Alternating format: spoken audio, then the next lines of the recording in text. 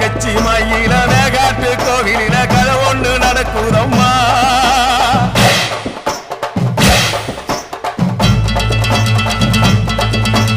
காட்டுப்புலி ஒண்ணு காயம் பட்டு போச்சே காரணம் யார் சொல்லம்மா.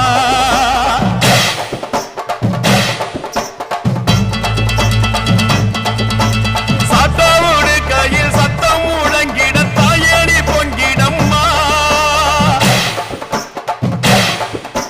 சாத்தாவோடு கையில் சத்தம் முழங்கிட தாயணி பொங்கிடம்மா. சூளக்காளியே அத்தா தாயே,